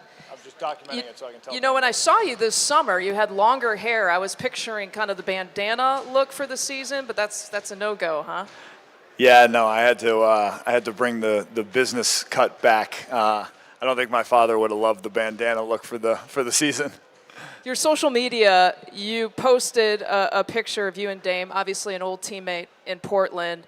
What is it going to be like to reunite with him in a different city with a different franchise? It'll be incredible. I think, I said this in an interview during COVID at one point in time. People asked, you've played with Dame for 3 years, you played with Giannis for 2.5, almost 3. What are some of their similarities? And I think my exact quote was, everybody gets the chance to see how great they are on the basketball floor, but, I get the chance to see how great they are as human beings, and I think they're better human beings than they are basketball players, and so I think that kind of says something. I think the cloth Dame is cut from, really being competitive, wanting to win, doing whatever he can to win, instilling confidence in his teammates that are around him. I think from a cultural standpoint, he fits in here as good as anybody, and I'm excited to be able to play alongside him. I'm excited to be able to see him and Giannis play alongside each other and complement each other at a level that I think nobody can expect, even though people are trying to predict. And then I'm just excited to see how they lead a team. I think, like I said, they're high-character guys. They're guys that really want to win at the highest of levels, and that's most important to them above all else. And I think that's a unique combination when it comes to professional sports in general, especially in the NBA. We'll open it up to questions. Again, name, affiliation, if you're new to the room. We'll start with Eric. Eric, name, The Athletic. Pat, how's it going? I guess just for you, as you look at how you fit into this team, Grayson gets traded. That was the starting shooting guard for the last couple of years. I know you're never someone that worries about, starting or kind of how this works, but just how do you foresee your role with this team as it's changed in a more meaningful way than it's changed in a whole bunch of years? I think for me it's about continuing to do what I do and trying to elevate that and make that a little bit more consistent. And what that is, I think, is, impacting winning at the highest of levels. And I think for me, the thing that I've kind of focused on this year in this offseason, in a longer offseason than anybody ever wanted, but also a longer offseason than we ever had, is just getting, strength conditioning back to a level where it was, ironically, when I was playing with Dame in Portland and he was throwing me alley-oops. When I was here for my first few years and I was, playing defense and dunking the ball at a higher level than I think I have been. And, for me, I think that's something that if I can continue to grow consistently, but also in the versatile areas that I think I can impact winning, I think that's what, I did the year we won the championship. I think that's things that have shown in spurts over the last few years and grown in spurts in the last few years. I think it's just a matter of putting that all together and making sure that I'm doing my best to complement everybody around me on this team and trying to make sure that I'm doing the little things that really, in my opinion, help impact winning at a very high level when you're, surrounded by guys with the type of talent that we have. Last year, I think you're about 34% from the three-point line. I know you've been trying to get to that 40 mark for a little while. How do you feel like what you did this summer kind of puts you in a position to try to get back to that and strive for it again? Yeah, I think, the irony behind it is, I was close there the 2 years before, and I think what I learned for those 2 years is, don't shoot for 40, shoot for 42, right? And continue to try to push those boundaries. And I think that's the mental side of the game. I think last year was more the physical side of the game, trying to get my legs back to where they were, trying to battle a few injuries. And, when the physical side isn't going well, it's tough for the mental side to overpower it sometimes. But for me, I worked on both of them this summer. I worked on the physical side of it to make sure that my body is ready for an 82-game season and hopefully a long playoff run. And then I worked on the mental side of it in unique ways, right? Making sure every shot I took this summer counted, making sure I kept track of each and every single one of them, hold myself to a higher standard, try to make more makes than I have in the past. Try to make sure that, I'm not just shooting shots to shoot them. I'm understanding what makes me able to consistently repeat my jump shot on a shot-by-shot basis and really kind of focus on that. I tried to, steal my guy Brook Lopez's, use of the Noah and making sure the shot itself is, accurate and consistently accurate and things of that nature. And so it's been a great summer for me. It's been something that, I'm excited to get back out there and play. But I think it was, a blessing in disguise. Jack? Jack Maloney, CBS Sports. Hey, Pat. I saw you had some events over in Ireland this summer. I was just curious, what was that experience like, and how was it to spread the game in an area that's maybe not known for basketball? Yeah, I mean, look, everybody in the NBA will say the game of basketball has done an incredible amount for them, for their livelihoods, for their families, for everything, right? The game of basketball has brought us all together. So I think, for me, one of the things that I'm passionate about is continuing to try to grow that game at a youth level, and it teaches us all types of translatable life skills, right? Hard work, teamwork, leadership, accountability, discipline, a bunch of different things. And so to be able to go back over to Ireland, where I'm an Irish citizen, where my parents were born, and try to grow the game over there where it isn't as prominent as it is in the rest of the world, was cool for me. It was cool for kids to see the kids over there. Some who were great at the game because it's growing, and some who are just learning the game because it is also growing. To see Giannis jerseys, to see just the global reach of the NBA is a pretty cool and unique thing, and it was something that I want to continue to try to grow with my foundation. Steve. Steve Ashburner, NBA.com. Pat, can you take us through your thoughts and feelings of the last several days where you found out about Damian Lillard coming here, you realized Drew Holiday was leaving, and now Drew Holiday, in the game that you know well, he's taking that to one of your top rivals. Yeah, not to mention a place where I grew up around, right? I was on an emotional roller coaster all week. I think, I don't know if I can describe the feelings for you. Obviously, for me, it was a unique situation. Drew and Grayson I was very close with, and, Drew and his family I've become very close with. It goes beyond basketball. Obviously, we won a championship together, but, just getting to know him, Lauren, JT, Henny, all of them on a personal level, his extended family, his parents, his brothers. To lose a guy like that, who I believe is the most high character guy in the NBA. I think he carries himself as a pro's pro. Like when we talk about being a pro, he is the definition of it. So to lose a guy like that is a lot. But then obviously, for me, to gain a guy like Dame, who obviously everyone knows his talent and the impact that he can have on our team, but I know personally, and I know how he carries himself and the character that he has, and he is incredible. So for me, it was, I would say, the definition of bittersweet. It was something that, for me, you don't really know how to react. You don't really know when the news breaks. You get 1,000 texts. I get a bunch of, my employees from my other job coming into my office saying, how do you feel? Everything good? Did you get traded? Like, you never really know what's going on in the NBA. That's the nature of the beast. We're blessed to play this game. We're blessed to get, compensated handsomely for this game. But, part of it is the things that I think some people overlook is, the genuine family-like relationships that we make that will last beyond our playing days. And to see somebody like that go is tough, but to gain somebody that is of equally high character is great. And then, as you said, the cherry on top is you throw Drew Holiday over to the Boston Celtics, who are already a great team, already a team that we've had battles with since literally my first year here 5 years ago, and to see how that is going to impact them both on and off the floor in that city. I think at the end of the day, he will be a great Celtic. Knowing the fan base over there that I don't have any affinity for anymore, but used to when I was a kid, like, he'll be a great Celtic. He'll be a great addition for them. And to be honest with you, it's something that, look, for me, I'm a competitive guy. I want to compete against the best, and it'll be fun to compete against them at the highest of levels. Front row, Steve. Steve McGarvey, Associated Press. This team's been kind of built on defense during its championship contending window. How do you all maintain that without Drew? I mean, obviously Drew is regarded as one of the best perimeter defenders.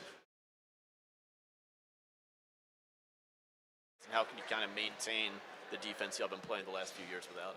Yeah, I mean, I don't know that you can replace a defender like Drew Holiday individually. I think you can collectively. I think the way that Coach Griff believes in how we play defense, the making people uncomfortable, putting them in positions where we can create turnovers that can lead to easy baskets, using our athleticism and our length, switching a little bit more, putting a little more ball pressure on everybody. I think there are ways that we can definitely put ourselves in a position to be a great defensive team, a top defensive team in this league, which, as you said, is something we've always, prided ourselves on as we were trying to win championships and compete for championships. So while losing a guy like Drew Holiday singularly on the defensive end individually will be difficult, I think collectively we'll be able to all step up, and I think our team defense philosophically will take a step forward, and I think it'll lead to creating even easier baskets on the offensive end as well. Let's go, Ben. Hey, Pat, Ben Steele from Milwaukee Journal Sentinel. You've been invested in Milwaukee since you've been here. I'm just wondering what you told Dame about the experience living here. What have you recommended to him? Did you try to sell him any property or anything like that? No, I tried to make sure that he was comfortable. I tried to make sure that him and his family are taken care of. I told him, obviously, if he needs anything to let me know. Our ownership group Giannis, Peter, I'm sure they all have much deeper connections in this city than I do, but I have a half-decent Rolodex around here. So, I just told them it's an underrated place to live. I think it doesn't get the credit it deserves. The people really make this place what it is, and I think he will be welcomed with open arms, obviously, but I think he will be pleasantly surprised at how much he enjoys being around the city of Milwaukee. He's a guy that loves to give back to the community. I know he'll do that here, and I know the city will love him for it because of not just what he does on the floor, but who he is as a person and the things that he does in the community. It'll be fascinating to see the power struggle between Nike and Adidas now that we have two signature athletes here. I'm pretty excited about that one. I'll try to place myself right in the middle and sell myself to the highest bidder. But, I think it's something that I'm excited for him to be a part of a team and be surrounded by teammates that I believe have, more talent and potential than anybody he's been surrounded with to date. And then I'm excited for him to be, obviously Portland has a great fan base, but I'm excited for him to see how great the city of Milwaukee is to the Milwaukee Bucks team and players on a nightly basis. And we represent a city that, deserves to be represented to the best of our ability. You could go one Adidas shoe, one Nike shoe. Oh, yeah, 100%. Then I would be obviously paying tribute to Javon Carter as well. Exactly. We got microphones on the sides. Anybody else have anything left for Pat Connaughton? Going once, going twice. Eric? Just for you, getting to know Griff and kind of what he's about, how do you as a player help a coach get used to a new place when so many of you are similar and have been here and he has not? Making sure he knows that I'm here if he wants to talk about anything or if he wants to know anything. I mean, look, we have an unbelievable organization. You talk about John Horst, you talk about Peter Fagan, you talk about, two guys that know how to run an organization inside and out. They're going to provide all the support to him that he needs. And you talk about guys like Giannis and Chris, and at the time he was hired, Drew. He's going to lean on them to know what worked in their opinion, what didn't work, what are things that we did well, what are things we could do better. But making sure that, I always said to him since the day he got his job, feel free to lean on me, whether it's for living and real estate related stuff, obviously, but even if it's basketball related stuff. Obviously, I've been here for 5 years. I've been one of the guys that have been here longest, and I also have a different perspective, right? I'm not a Giannis, a Chris, a Drew, a Brooke. I'm a guy who came in as a young guy. I'm a guy who, prides myself on being an impactful role player in the NBA and have really made a career out of it. So I might see things a little bit differently, and I'm always more than welcome to have a conversation about it and give my honest opinion. And whether you agree with it, don't agree with it, or a mixture of both, hopefully it will be helpful. And I think, that meant a lot to him. I mean, he was a 9-year guy. He was an undrafted guy. I think we come from things in a similar perspective. And so it's been great to get to know him. It's been great to see the way that he carries himself as an individual and the way that he's trying to build upon a culture that already has a strong culture, but put his own fingerprints on it has been really fun to watch over the last few months. And I'm really excited to obviously play for him, for the next season and hopefully multiple ones after that. Anything else? All right, you're Thank off the you. hook. Next up, Robin Lopez. Robin, your hair's on point for Media Day. That's good to hear. It's so difficult to maintain. I see that. And also, Mom, it's going to be easier to head to one city now with two sons, right, here in Milwaukee. That was the primary thinking behind my decision, yes. Other than great hair, great personality, what do you feel you can immediately bring basketball-wise to this team this year? I've always thought that I'm kind of a garbage man, utility guy, whatever they need me to do.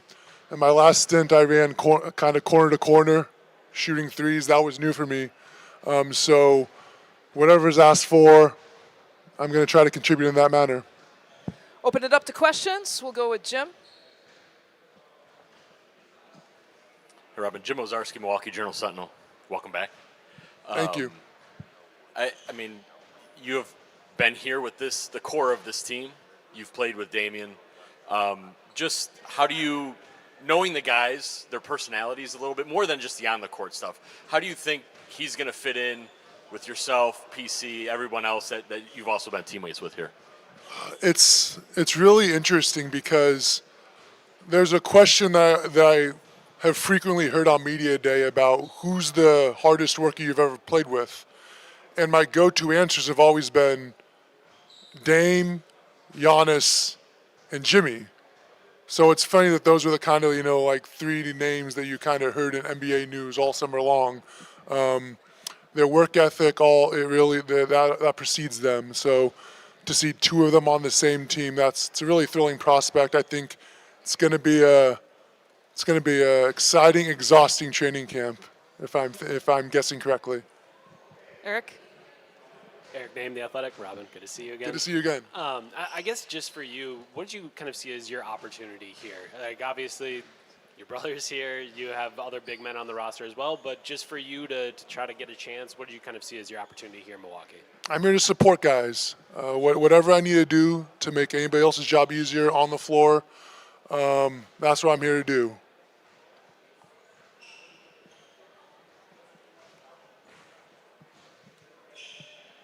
Go ahead, Jack.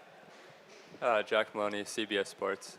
Damian's obviously one of the best pick and roll guys in the league, and it's pretty easy to envision that partnership with him and Giannis. As someone who's played with him, have you thought about that and what those possibilities are? Yeah, I think that's a fairly advantageous play for us to have.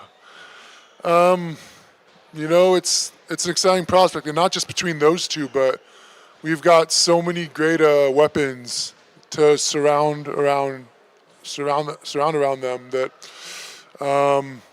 I think it's going to be a lot of fun this week, this whole season, digging deep in to figure out what's best for us. Jamal Collier from ESPN. Drew was obviously a big part of this team in identity, especially defensively. Him not being here, obviously you weren't here when he was, but just how do you guys all sort of pick up the things that Drew did on the perimeter? You envision that, just how you guys go about defensively and keeping it at the level that this team has had the past few seasons? There's a trite cliche in the NBA that everybody always says whenever somebody talks about replacing somebody, that everybody else needs to step up. No one guy can do it, and I guess it's trite, but it's true. That's why somebody always says it. We're all going to need to step up to replace what Drew brought to the team.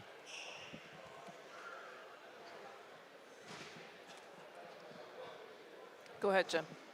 Hey, Robin. Jim Ozarski again. Although we have seen you pick up at half court recently, so maybe that you can do that. I mean, what's your initial sense of Adrian as a first-year head coach? You're coming back to a team, some guys you're familiar with, but maybe not so much Adrian. What are your senses of him and what he's trying to do here early on? It's been wonderful so far. He's been trying to construct from the bottom up, build a solid foundation, and I think he's doing a wonderful job of reaching out to players, getting great repertoire going back and forth between the two. And I think just establishing good vibes, but at the same time making sure those vibes aren't empty. There's something beneath there. Ben? Hey, Robin. Ben Steele, Milwaukee Journal Sentinel. What book are you reading over there? I'm reading a biography about Humphrey Bogart and Lauren Bacall. You mentioned this a little bit, how you started shooting threes in the last couple of years. I'm just curious, how's your game evolved since you were last here in Milwaukee, and what's kept you in the league for this long? Reading biographies about Lauren Bacall and Humphrey Bogart.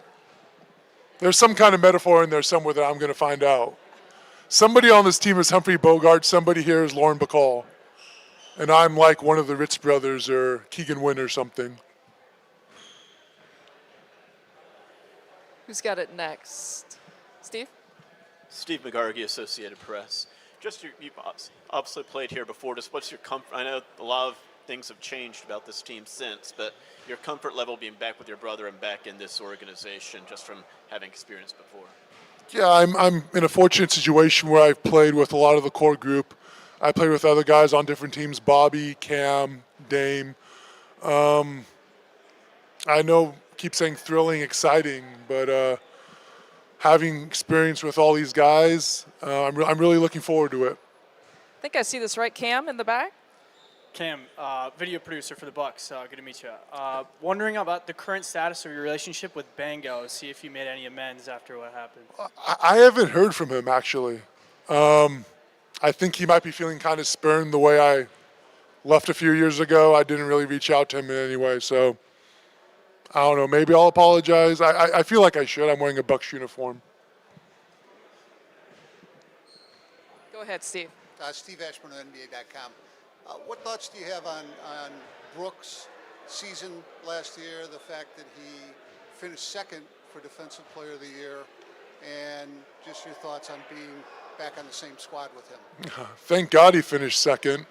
I know I would never have heard the end of it if he had finished first. I didn't hear the end of it when they won the championship, so I mean, we have a lot of work to do. We have a great assemblage of guys, but we got a lot of work to do. But that's an exciting prospect. I keep saying exciting, but I can't wait to get ready for training camp.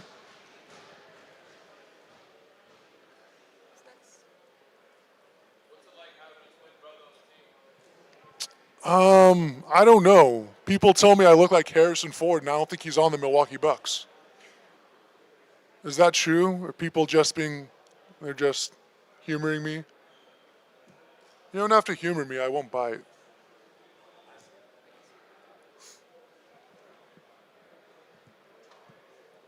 I'm going to go now. You good? Okay. I'm going to go now. I think that's a good place to I end. can read the room. Thanks, Robin. It was a good question. I feel you. How you doing? Malik Beasley, nice to meet you. Got the hot seat. Oh yeah, I love it. Next up is Malik Beasley. You're not the newest player anymore, not the newest pickup on this team, but you have had experience with different franchises in your career. In your short time here, how do you evaluate this franchise, the chemistry, the synergy that you've been able to see? There's been a lot of little things. For me, it's been the family. There's a lot of little kids out here, different players' kids and coaches' kids, and it's good to see that family vibe going on. And then also in the locker room, it's a family vibe. Most of these guys been together for 5+ years, so to be a part of this is special, man. It's like I'm excited to be a part of it and win some games. Who wants the first question? Eric? Hey Malik, Eric Name, The Athletic. Nice to meet you. I guess just for you, when you were thinking through, your different free agent decisions and where you want to sign, what kind of stood out to you? I know things have changed quite a bit in the last couple of days, but even earlier in the summer, what stood out to you about this opportunity? The veterans on this team.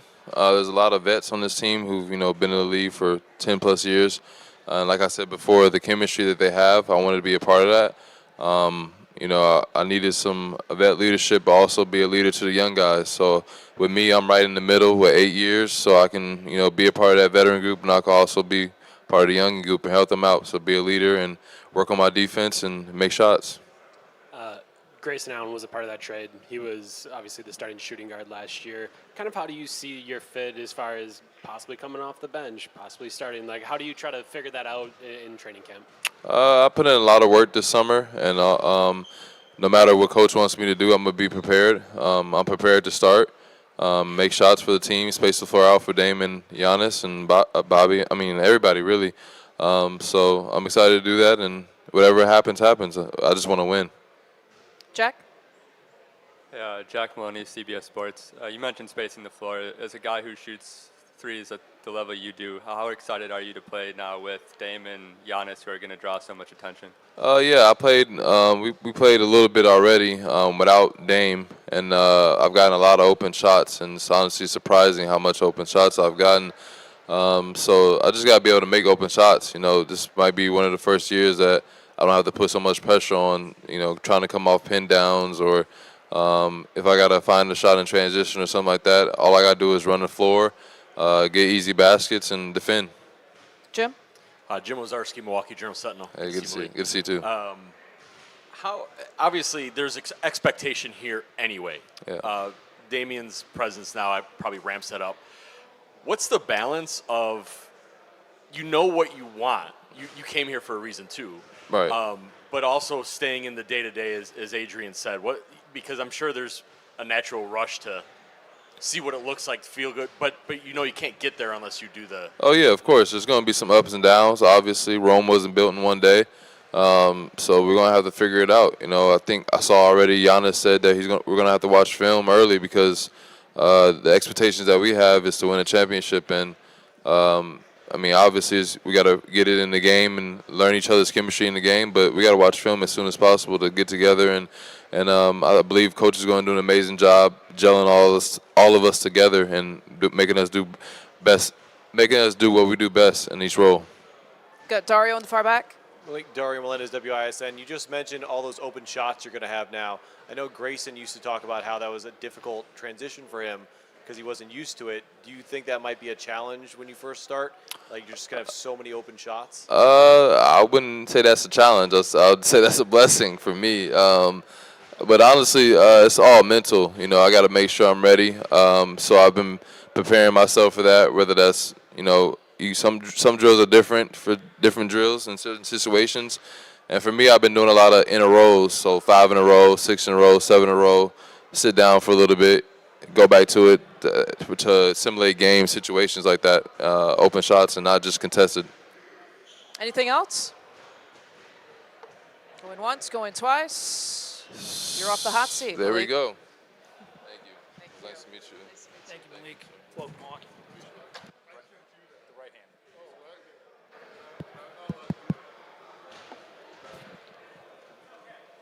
Yeah. Thank you. I was kind of hoping that you and Robin would be up here together, but I guess we no. get you individually. I think that's in my new contract. Why was this the right time to reunite again?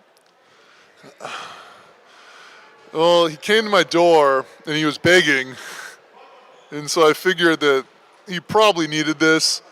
And then my mom told me that she would really appreciate it if I helped him out a little bit and got the deal done here for him. And so he should be thanking my mom mostly and me just a little bit. So Mom always goes first, right? yeah, exactly. It was out of necessity on his part. Let's open it up here for questions. Jim? Jim Ozarski, Milwaukee Journal Sentinel. Good to see you, Brooke. What's the commission on that, by the way? For Robin. That's true, right? What's an agent's rate? Like 10%? At least 10%. Yeah. I'm taking at least 20 then. Well, I somewhat along those lines. What was this offseason like for you to have the year you had, to have suitors and some, big dollars available? What was your thought process going into this summer in terms of weighing options and also weighing coming back? Yeah, it was really just about finding the place where I had the best chance to win, which, there's not many better opportunities than here. And finding a place where I felt I was valued. Those were really the two things. And there's so many positives here that, I've grown to love in my 5 whatever years here. I've a ton of family, brothers on the court, friends I made for life. A lot of great memories here. Obviously, a championship and a chance to win more championships. It was the only place I really wanted to be, and I'm glad, obviously, the way it worked out. Was there, I know you have told us you plan to play for a long time. I know you haven't really put a cap on that. Yeah. But considering how long you've been in the league, was also, like you mentioned, value, like actual value, a big part of this summer too. Just considering the dollars available and just the chance that maybe in 2 to 3, 4 years that might not be the same. Was that a calculus as well, and just maximizing? Yeah, absolutely. Yeah.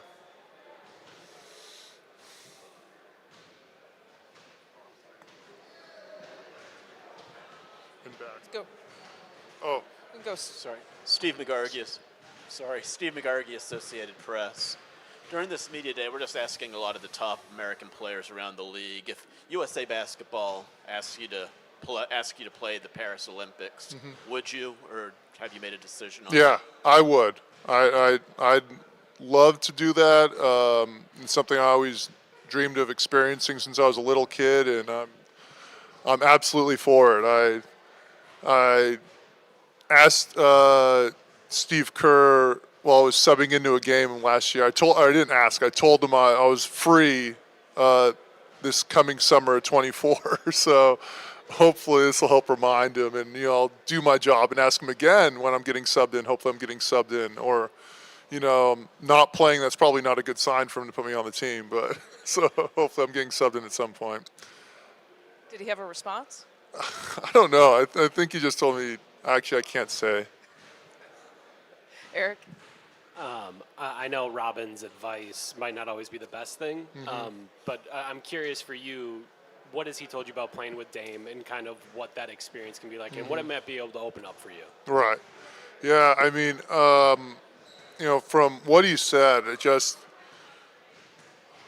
we know his on-court stuff and everything like that, but just his drive, his commitment, his desire to win, things of that nature that he's explained to me are really what, piqued my interest, more obviously than it already was with the 50-foot buzzer beaters. But, just hearing the competitor he is and how that adds to the locker room we have, with Giannis on top and his drive and desire, it's going to be exciting to see the fire this team has this year. Just thinking back to your first year here, you're signing the, I think, biannual exception, and there's people wondering, is Brook Lopez going to stay in the league? You've now signed 2 contracts since then. What does that, one, mean to you, and then just the faith that this organization has shown in you to give you 2 new contracts and kind of make you a part of everything that they do? Yeah, it means a lot, because at that time, coming off that season in LA, I personally felt like I had a lot left. There was no question in my mind about that. It was just a matter of finding another team out there who had that same belief in me, and so it means everything to me. I don't know where I'd be without the Bucks, the ownership, GM, doing what they did for me, and so I'm eternally thankful for that. Dario? Dario. We got to you, Dario. There we go.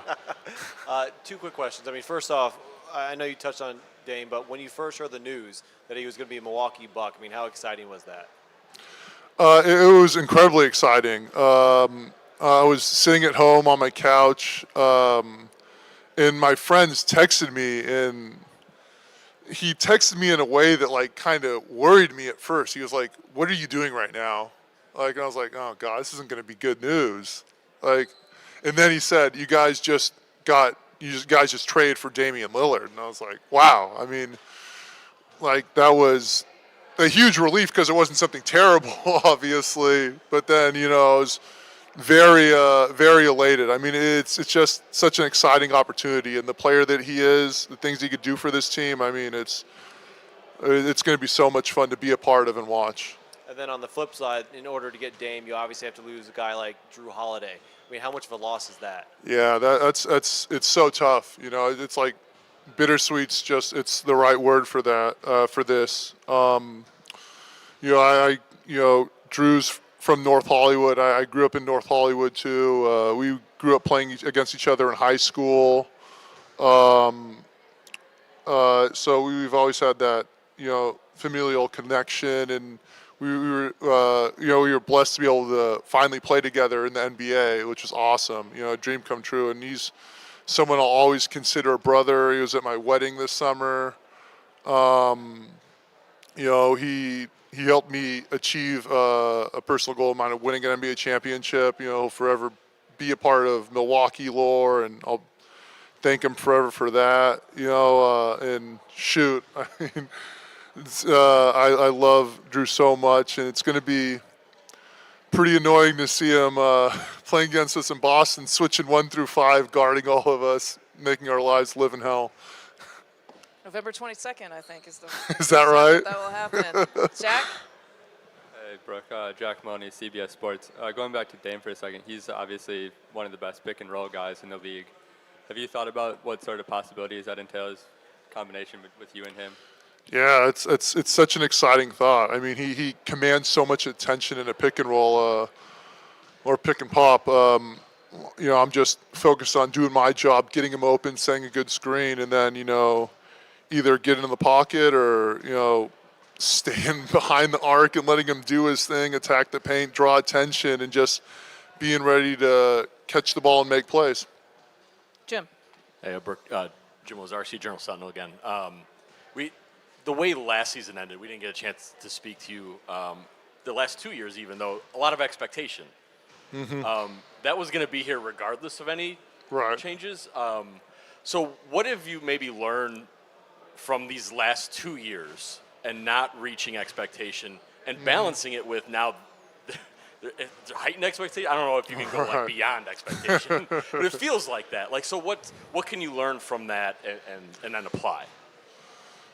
I think it's just a matter of each and every player looking inside themselves, looking at what they have to do on the court when they're on the court, in the locker room, in the weight room, whatever it is, and just taking care of that business. Looking at their responsibilities, understanding them, and going out there and taking care of those responsibilities. I think if we all have our individual things in order, our commitments to the team in order, we'll be fine, regardless of how high those expectations are. The expectations are high because we have a lot of talent on the team, and that's a great thing. Guys have worked to be in this position with a lot of talent. And so if we have the kind of guys that are going to continue to be those same guys, the people we have in this locker room already. I think Dame's of that same crop, and so those expectations, I don't think they'll be a problem. Go ahead, Aaron. Obviously, you and Bud had a pretty special relationship over the last 5 years. I'm curious, what is it like for you to react or feel like maybe the loss of him, going out of town and then kind of trying to get used to a new coach and what you've seen from Griff thus far? Yeah, again, like you said, we had a special relationship, and Bud was absolutely one of the people who stuck himself out for me when I needed help. When my career was at a point where I needed someone to reach out for me, he was there for me. So he's a very special person to me, a very important person to me. We got to talk a few times this summer, and I let him know how much I appreciate him. But it's definitely exciting to have Coach Griff here. Fresh feeling, first time head coach, so that's really energy you can't fabricate in any other sort of way. He's just so excited to be here, finally achieve one of his goals, one of his dreams, and so we're lucky to be a part of that. That's energy, feel that you can't get anywhere else. I think that's going to be a huge benefit for us and something we can all feed off of. Steve? Steve Ashburn, NBA.com. I was going to ask you a little bit about Adrian as well. If you can get energy from a first-year head coach as a veteran team that wants to win again, what can you do to help him in this transition to a whole new role? Yeah, it's definitely a two-way street like that. And I think we have a lot of very experienced players, who've been deep in the playoffs, who have been in the league a long time, and obviously he played in the league as well, so he knows what it's like to be in our shoes. But we can help him just with what we see on the court, giving him an idea of the experience we've had together as a core, because obviously we've had a core that's played together for a few years before he got here, and just at times letting him know how we feel or the feel we have when he might not necessarily understand that or see that. Anything else? Good. All right. Thank you, Brooke. Verbally stumbled enough for one day. Thank you, guys. Thank you, Brooke.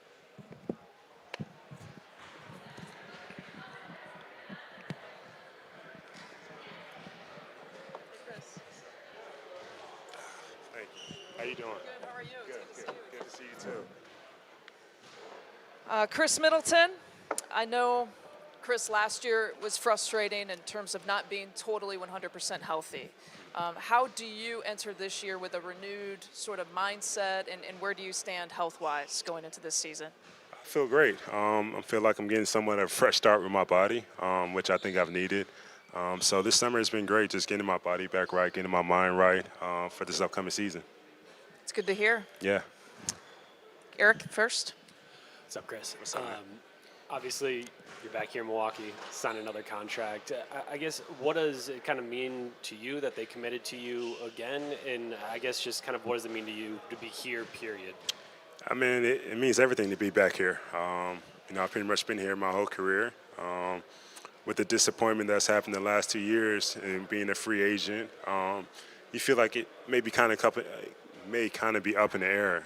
But the faith and the confidence that this organization has in me to re-sign me for 3 more years, it means the world to me. It gives me a lot of confidence that I still have a lot left to prove. I still have a lot left to do with this team and with this organization.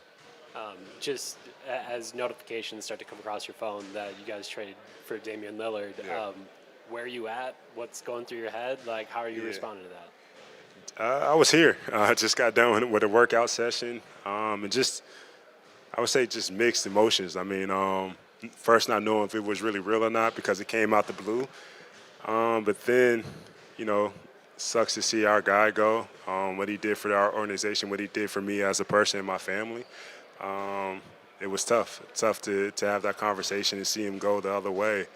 But to get somebody like Dame in, got to be excited for a guy like that. I mean, playing against him all these years, knowing what he does on the court, the type of presence he is, the type of guy he is, and the type of teammate he is, I was definitely excited to have him come in.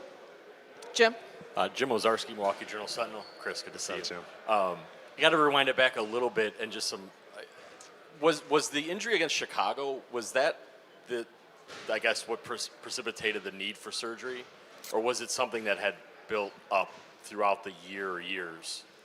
That was just something we knew before Chicago that it was going to have to be fixed or be worked on, whatever term you want to use. But the Chicago was just a reoccurrence of the same thing that had been happening. I know no one wants to have surgery if you don't have to, but once you made that decision, I guess, was it difficult to do, or are you feeling so much better? Because I know you manage stuff to a point. Yeah. So I guess, truly, how do your legs feel after that? I feel great. Don't have the pain that I had last year. But it was a decision that was made halfway through the season, I would say, where just going to have to get it fixed. And it wasn't a hard decision at all. I know that was your question. Yeah, it wasn't hard. It was something where you're going to be dealing with this pain unless we go in there and get this procedure to help you out. And I'm glad I did. And, right after surgery, I felt immediate relief and feel good, ready to go. Ben?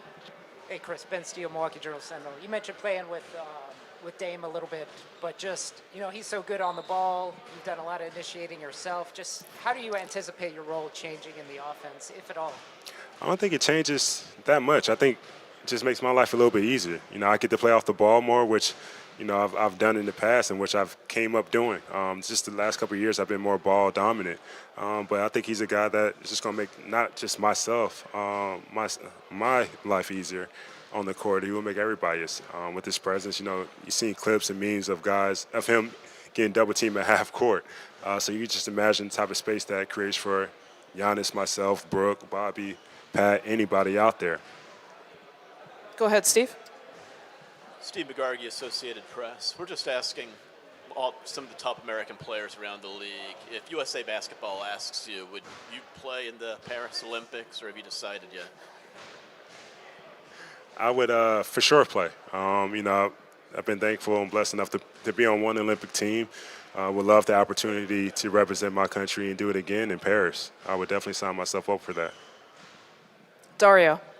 Chris, Dario Melendez, WISN. I know you touched briefly on Drew, but how big of a loss is it both on the court and off the court, losing a guy like that?